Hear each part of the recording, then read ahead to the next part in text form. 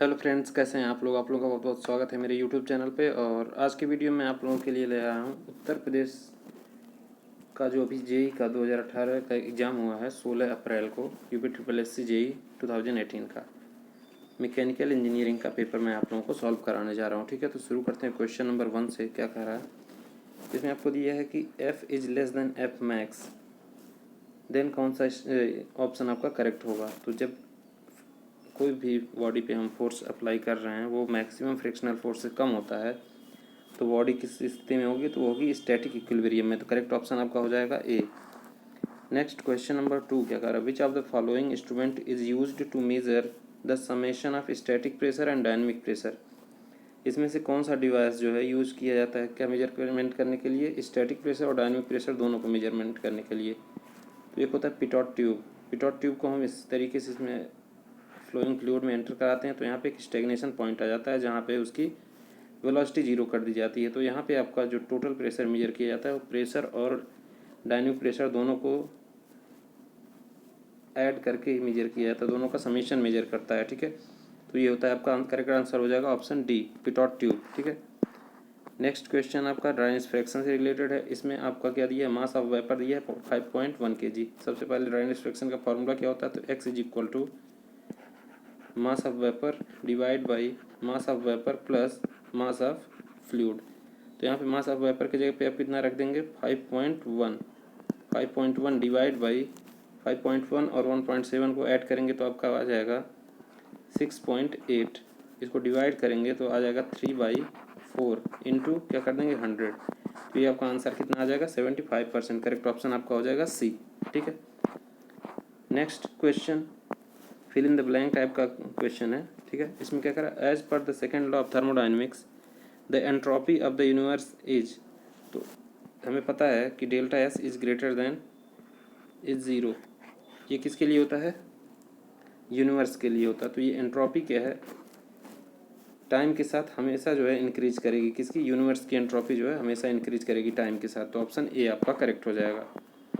Next option 5, question number 5 क्या कर रहा है कि consider two rim type flywheel X and Y. ठीक है, एक एक्स है जिसका रेडियस कितना दिया है आर, एक रिम टाइप दिया है उसका कितना रेडियस है r/2। ठीक है, तो हमें पता है काइनेटिक एनर्जी का फॉर्मूला क्या होता है, हाफ आई ओमेगा स्क्वायर। यहाँ पे आई की वैल्यू कितनी होती है mr²। एक्स वाले में आर की जगह पे आर पुट करेंगे और वाई के लिए जब काइनेटिक एनर्जी निकालेंगे तो वहाँ पे हाफ आई ओमेगा स्क्वायर तो होगा ही। यहाँ पे आई की वैल्यू कितने रखेंगे r/2 का whole square, I is equal to M K square. तो इसको सॉल्व करेंगे तो आपका करेक्ट आंसर हो जाएगा E/4। जो काइनेटिक एनर्जी वाई में होगी वो एक्स में जो काइनेटिक एनर्जी होगी उसका बाई 4 होगी। तो करेक्ट ऑप्शन आपका हो जाएगा बी। ठीक है, क्वेश्चन नंबर 5 का करेक्ट आंसर बी हो जाएगा E/4। Next question number 6, which of the following will be the result after the application of nozzle. मान लीजिए कि कोई नोजल हम उपयोग कर रहे हैं तो उसमें हमेशा क्या होता है कि काइनेटिक एनर्जी इंक्रीज करती है या फिर वेलोसिटी इंक्रीज करती है। ठीक है, अब यहाँ फार्मूला देखिए A1 V1 is equal to A2 V2। अगर एरिया को हम बढ़ाएंगे, ठीक है, तो वेलोसिटी डिक्रीज करेगी। मान लीजिए V1 निकाल रहे हैं हम, A2 V2 बाई A1 हो जाएगा। अगर हमें A1 को बढ़ाएंगे, एरिया हमारे यहाँ ज़्यादा है,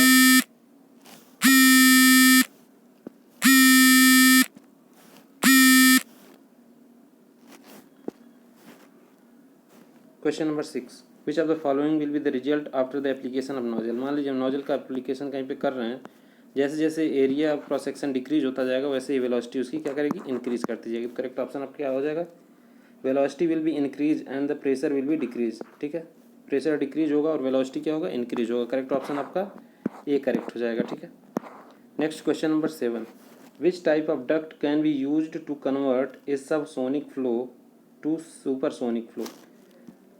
अब एक होता है कन्वर्जिंग नोजल, दूसरा क्या होता है डाइवर्जिंग नोजल। ठीक है, तो यहाँ पे जो फ्लो होता है ये होता है आपका सोनिक फ्लो, और ये इस पोर्शन में होता है, कन्वर्जिंग पोर्शन में क्या होता है सब सोनिक फ्लो, और डाइवर्जिंग पोर्शन में क्या होता है सुपर सोनिक फ्लो। तो हम कन्वर्टिंग और डाइवर्जिंग नोजल का उपयोग अगर हम करेंगे तो क्या करेगा, सब सोनिक फ्लो को किस में कन्वर्ट कर देगा, सुपर सोनिक फ्लो में। तो ऑप्शन डी आपका इस क्वेश्चन का करेक्ट आंसर होगा, ठीक है।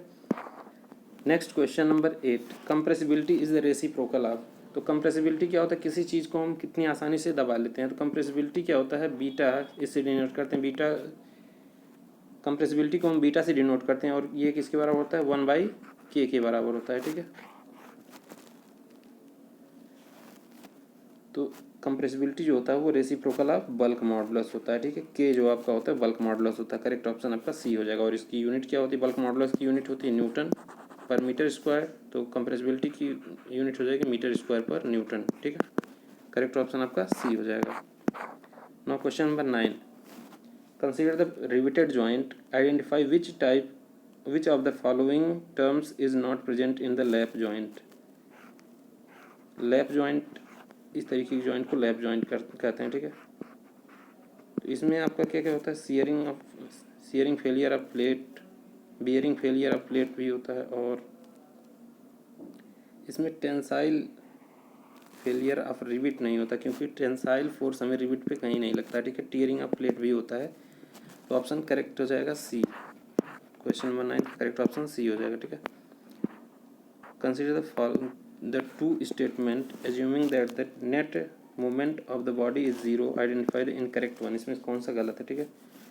तो अगर नेट मूवमेंट जीरो हो रहा है तो मूवमेंट पहले क्या होता है, movement is equal force into displacement. तो अगर डिस्प्लेसमेंट जीरो हो गया तो भी मूवमेंट जीरो होगा, ठीक है। या फिर डिस्टेंस जीरो हो गया तो मूवमेंट जीरो हो जाएगा। तो ये क्या कह रहा है, condition the distance between the force and the rotational axis is zero. तो ये तो स्टेटमेंट करेक्ट है। For the given condition the body is in equilibrium, अगर बॉडी इक्विलिब्रियम में है तो भी नेट मूवमेंट जीरो होगा। तो ये दोनों स्टेटमेंट करेक्ट हो जाएंगे। तो आपका ऑप्शन डी करेक्ट हो जाएगा, ठीक है। Both 1 and 2 are correct. Next question number 11, calculate the circumferential stress on thin walled pressure tank. अगर यहाँ पे आपको मैक्सिमम इंटरनल प्रेशर दिया है और एक्सटर्नल प्रेशर भी दिया है और थिकनेस दे रखा है, डायमीटर दे रखा है, ठीक है। तो इस टाइप के केस में जो आपका सर्कमफेरेंशियल स्ट्रेस होता है वो होता है पी डी। यहाँ पे एक मिनट, सर्कमफेरेंशियल स्ट्रेस होता है वो P max minus P minimum into diameter divide by 2t। इसको आप सॉल्व करेंगे तो आपका करेक्ट आंसर आ जाएगा 3 mega pascal. Option A correct हो जाएगा, ठीक है।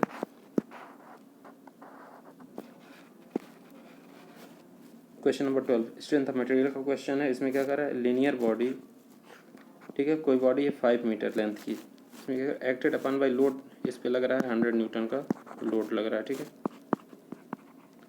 एंड इलोंगेटेड टू 5.5 मीटर, मतलब इसमें कितना इलोंगेशन हो रहा है, 0.5 मीटर का एलोंगेशन हो रहा है, ठीक है। क्योंकि यहाँ पे क्या रखा है 5.5 मीटर तक इसको एलोंगेट किया गया है, मतलब इसमें एलोंगेशन कितना होगा 0.5 मीटर। तो एलोंगेशन का फार्मूला कितना होता है 0.5 इज इक्वल टू PL/AE। यहाँ पे आपका एरिया दिया है, एलोंगेशन दिया है, लोड दे रखा है, लेंथ दे रखा है, ठीक है। ई आपको कैलकुलेट करना है। तो ई की वैल्यू आपकी करेक्ट आ जाएगी क्वेश्चन नंबर 12 की, ऑप्शन सी 10⁻7 न्यूटन पर मीटर स्क्वायर, ठीक है। करेक्ट ऑप्शन आपका हो जाएगा C. Next question number 13, which of the following statement is not implicitly describe the second law of thermodynamics. इसमें से कौन सा जो है थर्मोडाइनमिक्स से सेकंड लॉ को डिस्क्राइब नहीं करता है। तो every actual spontaneous process is irreversible, ये आपका गलत स्टेटमेंट हो गया, ठीक है। बाकी entropy of a perfect crystal at absolute zero temperature, absolute zero temperature पे जो है एंट्रोपी जीरो होती है, ठीक है। Heat can not pass spontaneously from a body lower temperature to a body up higher temperature without external effort, ठीक है। Refrigerator और हीट पंप के लिए स्टेटमेंट ये है, ठीक है। उसमें क्या होता है लोअर टेम्परेचर से हायर टेम्परेचर पे हीट सप्लाई होता है, लेकिन बिना किसी एक्सटर्नल एफर्ट के वो हीट ट्रांसफ़र नहीं होगा। और डी क्या कह रहा है, it is impossible to build a PMM2, ठीक है। तो ये भी करेक्ट है, आपका ए ऑप्शन जो है इसमें सही हो जाएगा, ठीक है। Fill in the blank with most appropriate words, ठीक है। For measuring the revolution carried by IC engine and IC engine. IC engine के रिवॉल्यूशन को मेजर करने के लिए कौन सा हम डिवाइस यूज़ करते हैं, तो यूज़ करते हैं टैकोमीटर। ठीक है, ऑप्शन ए करेक्ट हो जाएगा आपका इस क्वेश्चन का। ये पोर्टर गवर्नर का क्वेश्चन है, इसको आप लोग सॉल्व करेंगे तो इसका ऑप्शन 1 करेक्ट हो जाएगा, 53,700। ठीक है, next 16, the term R in ideal gas equation PV is equal to RT। इसमें R की यूनिट जो है आपकी जूल पर मोल केल्विन। ठीक है, तो R इसमें जो आपका हो जाएगा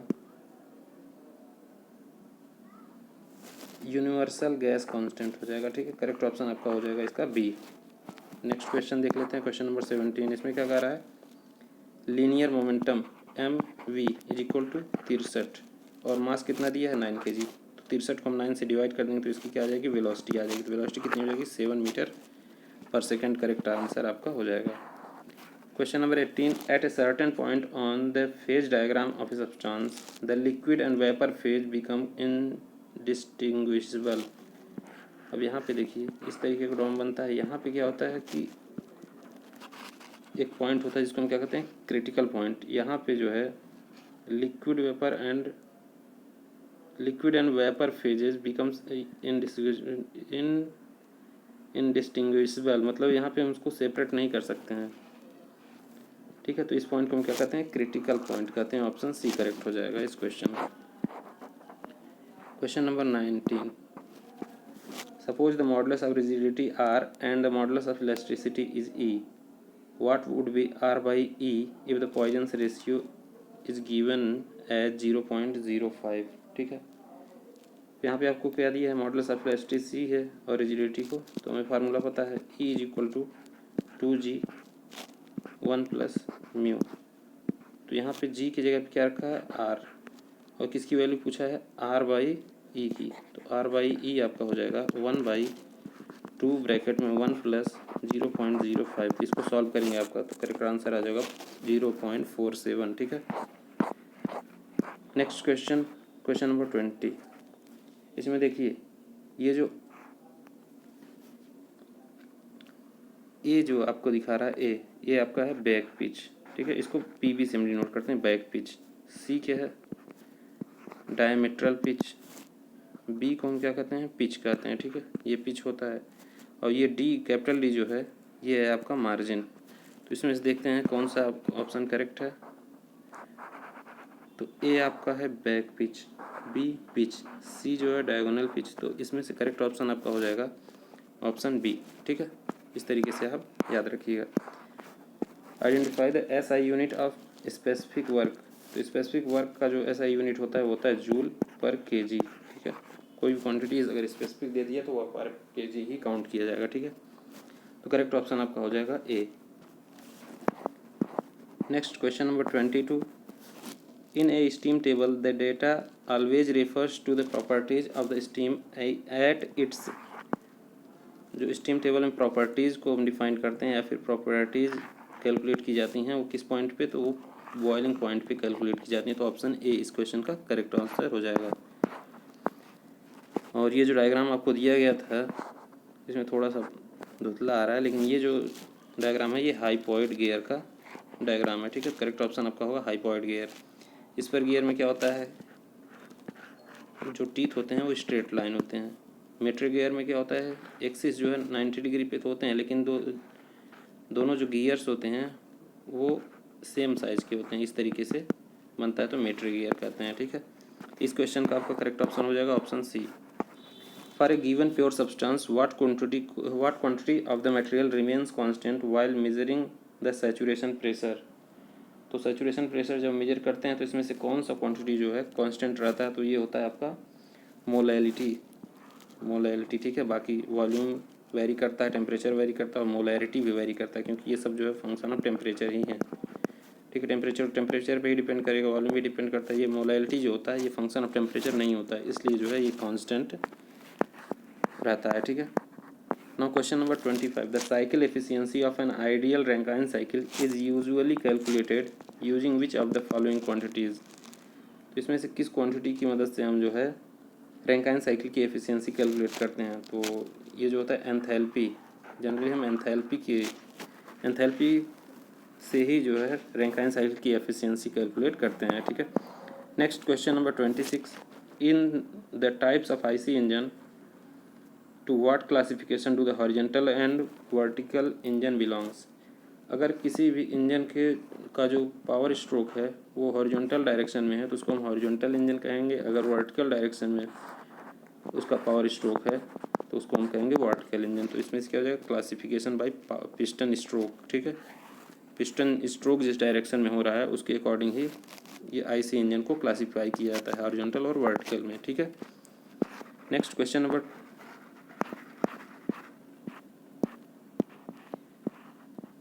क्वेश्चन नंबर 27, इसमें आपको क्या दिया है, एक बॉटल ओपनर दिया हुआ है, ठीक है। इसमें पूछ रहा है कि ये किस टाइप का लीवर है। तो बॉटल ओपनर जो है आपका वो सेकंड टाइप का लीवर होता है, ठीक है, सेकंड क्लास लीवर। तो ऑप्शन सी आपका करेक्ट हो जाएगा। क्वेश्चन नंबर 27 का सी करेक्ट हो जाएगा, second class lever. Now question number 28, what is the value of Poisson's ratio for which the shear modulus and bulk modulus. Shear modulus को हम denote करते हैं जी से और बल्क मॉडुलस को डिनोट करते हैं के से। तो हमें दो फार्मूला पता है, E is equal to 2g 1 plus mu और E is equal to 3k 1 minus 2 mu.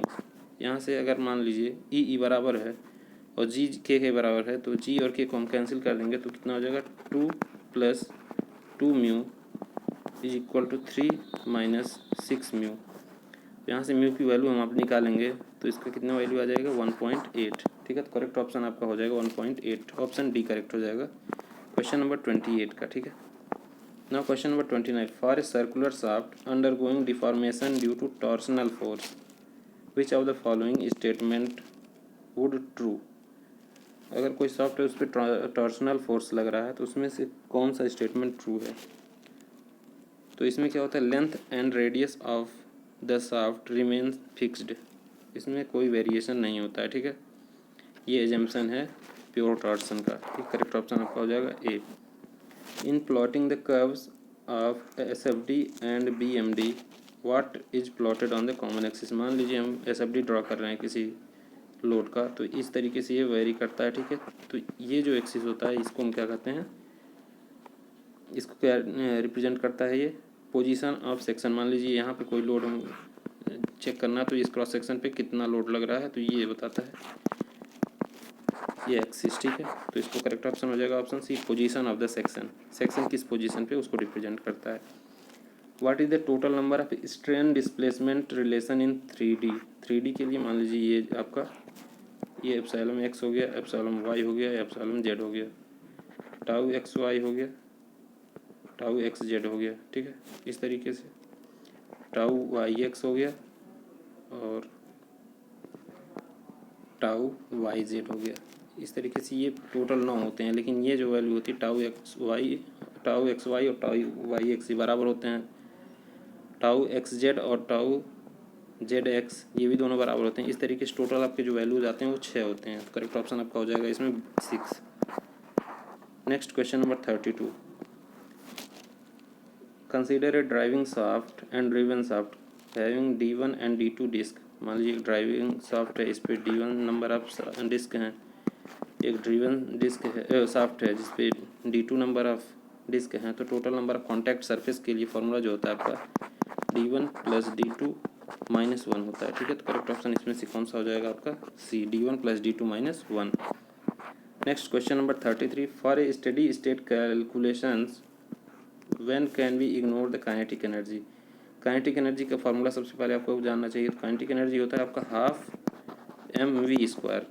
अब मान लीजिए वेलोसिटी अगर कम रहेगी तो काइनेटिक एनर्जी भी कम रहेगी, तो हम काइनेटिक एनर्जी को कब इग्नोर कर पाएंगे, जब उसकी वेलोसिटी कम होगी। तो करेक्ट ऑप्शन आपका हो जाएगा ए, वेरी लो, ठीक है।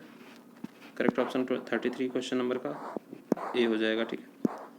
अब यहाँ पे आपका आ गया to avoid plate tearing at the edge of in a riveted joint what should be the relation between the margin. तो मार्जिन का फॉर्मूला क्या होता है, m is equal to 1.5d। यहाँ पे d क्या है, डायमीटर ऑफ रिविट डायमीटर जो है d है, तो m is equal to 1.5d, option C correct हो जाएगा क्वेश्चन नंबर 34 का। Now question number 35, fill in the blanks with appropriate words from the option. When a torque acts on a cylindrical shaft, the imaginary straight line along the length of the cylinder deforms into, torque हम किसी cylindrical shaft पे लगा रहे हैं तो उसमें जो straight line होता है, इमेजिनरी स्ट्रेट लाइन, वो किस शेप में डिफॉर्म होता है, तो वो डिफॉर्म होगा किस शेप में, स्लांट लाइन के शेप में डिफॉर्म होगा। ठीक है, तो करेक्ट ऑप्शन आपका हो जाएगा A. Now question number 36, consider an adiabatic process where the change in internal energy D U is equal to दिया -33 3 मोल्स के लिए। तो 1 मोल्स के लिए कितना करेंगे, 3 से डिवाइड कर देंगे, कितना हो जाएगा -11। फॉर्मूला लगाएंगे D Q is equal to D U plus D W. अब यहाँ पे डी क्यू आपका क्या है, प्रोसेस क्या दे रखा है, एडियाबैटिक प्रोसेस, तो डी क्यू हो गया आपका 0। तो D W -11 is equal to 0, तो यहाँ से डी डब्ल्यू कितना आ जाएगा 11। ठीक है, करेक्ट ऑप्शन आपका हो जाएगा ऑप्शन सी, 11 जूल। ठीक है, next question number 37, centrifugal pump can be characterised under which of the following headers. Centrifugal pump जो होता है आपका किसके अंडर आता है, तो ये होता है एक टाइप का टर्बो मशीनरी होता है आपका सेंट्रीफ्यूगल पंप, तो ऑप्शन ए करेक्ट हो जाएगा। ठीक है, now question number 38, bulk modulus in a rigid body and incompressible fluid. तो बल्क मॉडुलस क्या होता है, 1/बीटा। अब बीटा क्या है, कंप्रेसिबिलिटी है, तो अगर इनकम्प्रेसिबल है तो इसकी कंप्रेसिबिलिटी कितनी हो गई 0, 1/0 कितना हो जाएगा आपका इनफाइनाइट। ठीक है, तो करेक्ट ऑप्शन आपका हो जाएगा डी। ठीक है, बल्क मॉडुलस इन्फिनिटी होता है किसका, रिजिड बॉडी का या फिर इनकम्प्रेसिबल फ्लूइड का। Now question number 39, internal energy is a property of the system that can be calculated using which of the following laws of thermodynamics. तो क्वेश्चन नंबर 39 में correct answer आपका हो जाएगा option C, first law of thermodynamics बताता है कि जो है इंटरनल एनर्जी एक प्रॉपर्टी है, D Q is equal to D U plus D W. यहाँ पे डी यू आपका इंटरनल एनर्जी है। ठीक है, तो ये फर्स्ट लॉ ऑफ थर्मोडायनेमिक्स बताता है कि इंटरनल एनर्जी एक प्रॉपर्टी है। ठीक है, now question number 40, fill in the blank with the appropriate words from the option. An inclined plane decreases the force required. एक इंक्लाइंड प्लेन है, इस पर किसी बॉडी को हम मूव करा रहे हैं तो इसमें क्या फोर्स कम लगाना पड़ेगा, लेकिन अगर मान लीजिए कोई वर्टिकल फोर्स है, इस पर किसी बॉडी को हमें मूव कराना है तो इसमें क्या ज़्यादा फोर्स हमें लगाना पड़ेगा, लेकिन ज़्यादा फोर्स लगा के कम डिस्टेंस मूव कराएंगे और उतना ही हाइट हमें मूव कराने के लिए इस पर ज़्यादा डिस्टेंस जो है ट्रेवल कराना पड़ेगा। तो क्या कर रहा है, an inclined plane decreases the force required, जो फोर्स रिक्वायर्ड है उसको डिक्रीज करता है टू रेज एन ऑब्जेक्ट। मान लीजिए एक्स हाइट, इतना हाइट हमें रेज कराना है, तो इसमें क्या करेगा, अगर इंक्लाइंड रेज कराएंगे तो कम फोर्स लगाना पड़ेगा लेकिन ज़्यादा डिस्टेंस मूव कराना पड़ेगा। तो क्या कर रहा है, raise an object by increasing the distance over which the force must be applied. तो इसमें क्या होगा, इंक्रीजिंग द डिस्टेंस। मान लीजिए इस तरीके से इस स्ट्रेट लाइन में वर्टिकली किसी चीज़ को मूव कराना है और इंक्लाइन मूव कराना है तो ये डिस्टेंस ज़्यादा होगा। ठीक है, सेम हाइट मूव करने के लिए हमें यहाँ पे ज़्यादा डिस्टेंस ट्रेवल करना पड़ेगा। तो इसमें क्या हो जाएगा, करेक्ट ऑप्शन सी हो जाएगा, increasing length, increasing the distance. Now question number 41, consider the box kept inside a train moving with acceleration, which of the following types of friction opposes the box relative motion such that it moves with the same acceleration as the train. मान लीजिए कोई train है, ठीक है, इसमें कोई box रखा हुआ है, इसके साथ सेम एक्सेलरेशन से मूव कर रहा है, ऐसा किस कंडीशन में होगा, ऐसा स्टैटिक फ्रिक्शन के केस में होगा। स्टैटिक फ्रिक्शन अगर लग रहा है तो ये सेम एक्सेलरेशन के साथ ट्रेन के साथ ट्रेवल करेगा और रिलेटिव मोशन दोनों के बीच में नहीं होगा। Now question number 42, which of the following option correctly define proof resilience. ये आपका स्ट्रेस स्ट्रेन डायग्राम हो गया यहाँ पे। ठीक है, तो इस तरीके से जो कर्व बनेगा आपका यहाँ पे जाएगा इस तरीके से। ठीक है, यहाँ पे इलास्टिक लिमिट होता है, तो इलास्टिक लिमिट तक ये जो एरिया अंडर कर्व आता है उसको हम क्या कहते हैं, प्रूफ रेजिलेंस। तो इसमें क्या होगा, maximum value of strain energy up to elastic limit. ठीक है, तो ऑप्शन ए करेक्ट हो जाएगा प्रूफ रेजिलेंस का। क्वेश्चन नंबर 42 का करेक्ट ऑप्शन ए हो गया। ठीक है, now question number 43, if the effort gear has 32 teeth and the load gear has 160 teeth, तो गियर रेशियो क्या होता है, number of teeth on effort gear divide by number of teeth on load gear divide by 160 हो जाएगा। तो इसको जब divide करेंगे तो करेक्ट ऑप्शन आपका हो जाएगा 1/5। ठीक है, gear ratio 1/5, option A correct हो जाएगा। Now question number 44, you observe that the heat transfer rate is adversely affected from the steam refrigerant to the cooling medium, which of the following in wet compression is responsible for such a scenario. तो इसमें क्या होता है आपका liquid droplet, correct option आपका हो जाएगा C. Now question number 45, Rankine cycle में कौन कौन से प्रोसेस होते हैं। ठीक है, तो रैंकाइन साइकिल में 2 कांस्टेंट प्रेशर प्रोसेस होते हैं और 2 आइसेंट्रोपिक प्रोसेस होते हैं, लेकिन इसमें क्या दिया है 2 आइसेंट्रोपिक कंप्रेशन, दोनों कंप्रेशन नहीं होता है, एक कंप्रेशन होता है एक एक्सपेंशन होता है। तो इसमें करेक्ट ऑप्शन आपका हो जाएगा 2 आइसोबेरिक प्रोसेस, इसमें 2 कांस्टेंट प्रेशर प्रोसेस होते हैं किसमें, रैंकाइन साइकिल में। Now question number 46, consider a hydraulic device that is used to transform the running water into some sort of energy, what is that energy। तो hydraulic machine का काम क्या होता है, ये क्या करता है, हाइड्रोलिक एनर्जी को किसमें, मैकेनिकल एनर्जी में कन्वर्ट करता है। तो क्या ऑप्शन करेक्ट हो जाएगा डी। बहुत से लोगों ने मिस्टेक की होगी कि इलेक्ट्रिकल एनर्जी, तो इलेक्ट्रिकल एनर्जी में कनेक्ट करने के लिए हमें इलेक्ट्रिकल एनर्जी में कन्वर्ट करने के लिए हमें क्या डायनमो यूज करना पड़ता है। ठीक है, तो इसका आपका करेक्ट आंसर इस क्वेश्चन का हो जाएगा mechanical energy. Hydraulic machine, hydraulic device जो होता है वो कन्वर्ट करता है हाइड्रोलिक एनर्जी को मैकेनिकल एनर्जी में। ठीक है, next question number 47, for a continuous flow of an incompressible liquid if the area of cross section is reduced then what will be change in velocity. ये भी same nozzle type का ही constant है, अगर हम area of cross section decrease करेंगे तो velocity क्या होगा, इंक्रीज होगी। करेक्ट ऑप्शन आपका हो जाएगा ए। क्वेश्चन नंबर 47 का ऑप्शन करेक्ट हो जाएगा ए। ठीक है, now 48, which of the following representations indicate a system that obeys law of equilibrium of collinear forces, the arrow on either side indicate the direction of force। तो इसमें सभी में देखिए डायरेक्शन ऑफ फोर्स तो अपोजिट ही लग रहा है, लेकिन इसमें क्या है सेम लेंथ का फोर्स लग रहा है, मतलब दोनों तरफ जब सेम फोर्स लगेंगे तभी बॉडी जो है इक्विलिब्रियम में होगी। तो ऑप्शन डी आपका इसका करेक्ट हो जाएगा। ठीक है, next question number 49, in a composite bar under what condition is the strain on both bars are equal. मान लीजिए कोई कंपोजिट बार है, ठीक है, तो किस केस में दोनों में स्ट्रेन बराबर होगा, तो ये होगा थर्मल स्ट्रेन जो होता है अल्फा टी।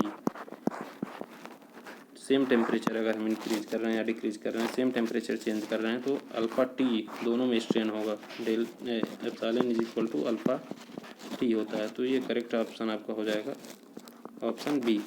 ठीक है, तो आज की वीडियो में इतना ही क्वेश्चन रखते हैं, नेक्स्ट वीडियो में फिर 50 क्वेश्चन मैं आप लोगों से डिस्कस करने वाला हूँ। ठीक है, तो वीडियो देखने के लिए बहुत बहुत धन्यवाद और यूट्यूब चैनल को जरूर सब्सक्राइब कर लीजिए। Thank you.